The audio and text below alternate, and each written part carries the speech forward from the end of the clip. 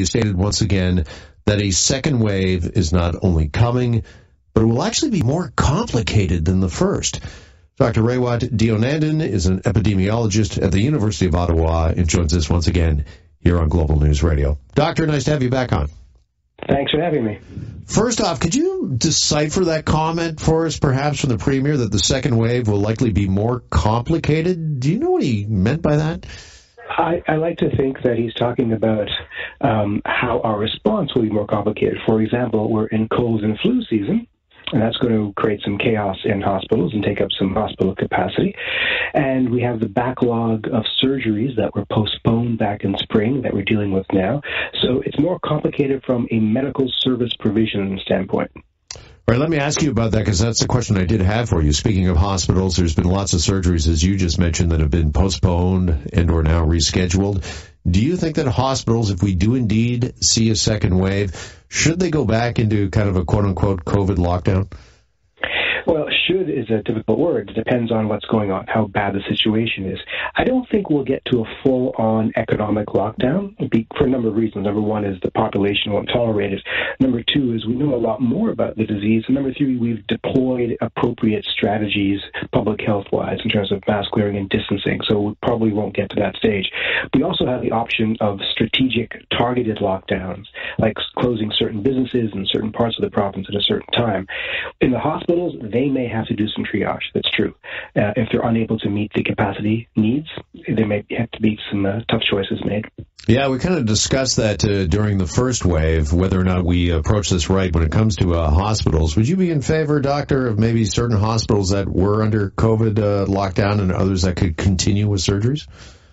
Yeah, that's one way of doing it, absolutely. One proposal was the low-incidence parts of the province could take the overflow of non-COVID-related medical procedures. We could build COVID-only wards or COVID-only hospitals.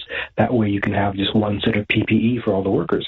There are strategic and creative ways of approaching this. We still might have to explore those options.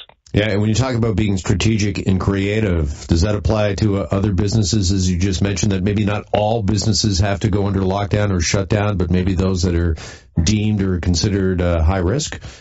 Yeah, I think that's the way it's going to be. I think it's likely that bars will be closed. It's likely that nightclubs will be closed, maybe casinos and museums even.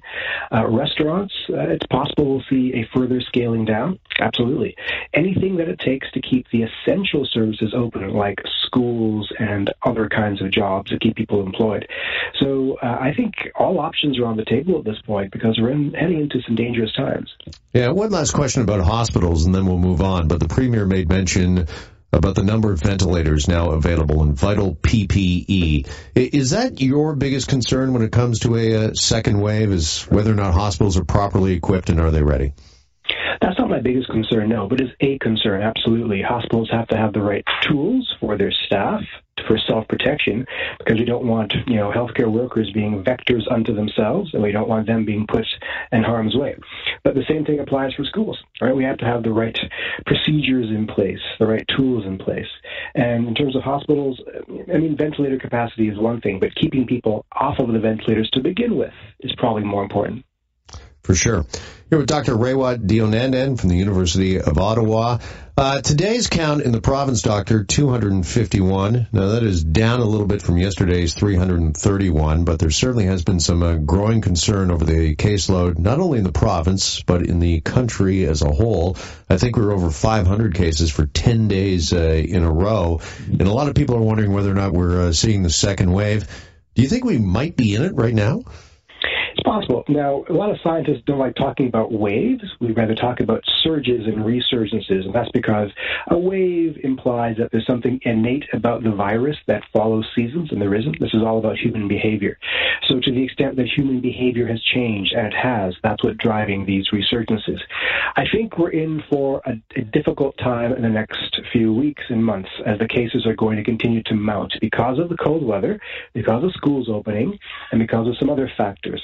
So yeah, I think we're into the dangerous time. I don't know how better to say it like that. And some people are going to say The death counts have not risen, and that's true. But that's a lagging indicator. Give it a few weeks, and we'll see, the new cases bleed over into the older demographic, which leads to hospitalizations, which leads to deaths. And that's what we don't want, but it's what we're likely going to have.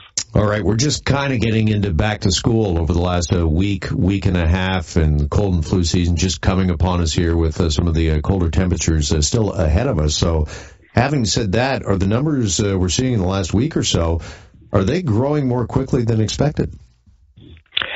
Well, more than expected. For example, one thing, the numbers we're seeing now do not represent schools at all. It represents behaviors that took place a few weeks ago. We haven't seen the school numbers yet in the data.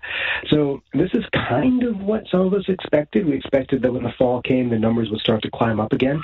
What I'm hoping is that our public health tools allow us to push it down, and we arrive there's a dance of increase and decrease with a low peak, so that we don't have to close down society at all. So is it expected? Yes. What's not expected is possibly the height of the peak that might come out of this.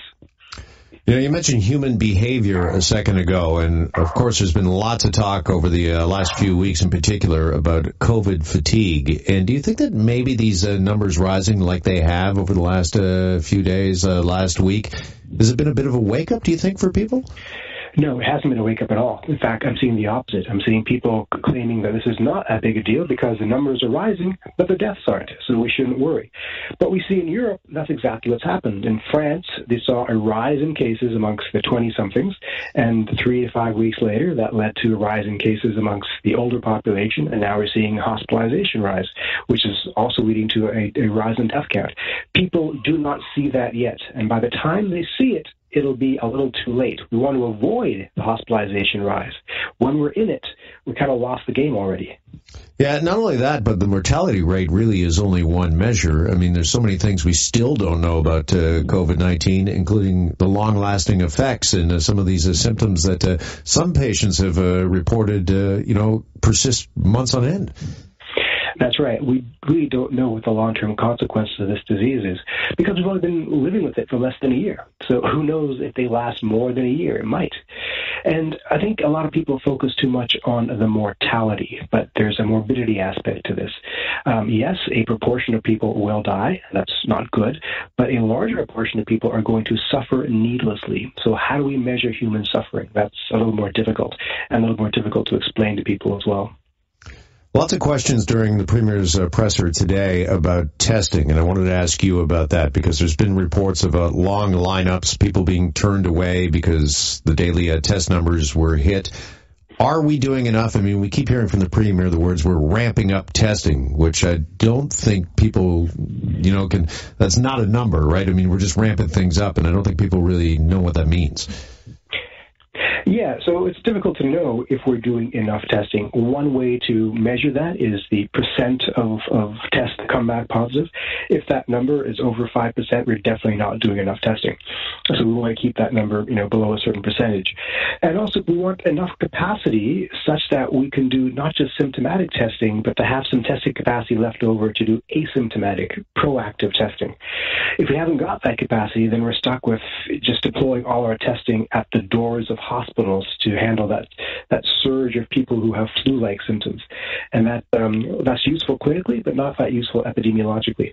So with the cold and flu season upon us, this becomes a larger concern. A lot of people are going to have these symptoms that they think are COVID, but that are in fact cold and flu, and they're going to seek testing for that purpose. So I think we're going to have to increase our testing capacity significantly to handle that demand. All right. Along those lines, the Premier basically said he didn't want to get out in front of himself here, but it sounds as if the province is going to move ahead with COVID testing in pharmacies. As an epidemiologist, does that make sense? Yeah, it makes sense to have as many testing centers as possible to free up the crowds in the dedicated testing centers. Here, I live in Ottawa. Here was one center that's always crowded, and there are lineups going around the block, and people are waiting hours sometimes. And that's not good for anybody. So the pharmacy testing worked for For the flu vaccine, it requires a different set of tools, though. You have to be able to distance, you have to be able to give the test expertly, and you have to be able to protect those waiting for the test. So it's going to have some challenges, but I think it is one way forward for sure.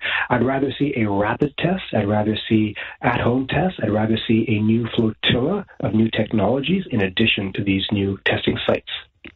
Just finally, Doctor, Bill Gates is out today, and he's been one of the leading voices when it comes to COVID vaccines, particularly south of the border. He is saying today that a vaccine he believes will get regulatory approval by early 2021. Do you feel similar? Yeah, I do, absolutely. I think given the positive rumors about the phase 3 trials for a couple of candidates, it's likely we'll get some good results back by the end of the year, and therefore approval for mass distribution and manufacturing by the start of next year.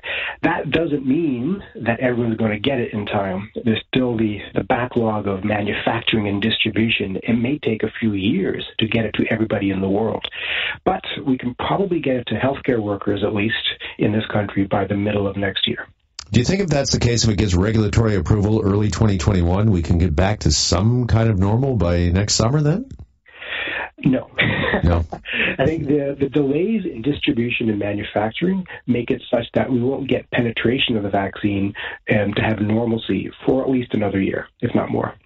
All right. On that note, well, thank you for the time, Doctor. Informative as always. Really appreciate it. Thank you.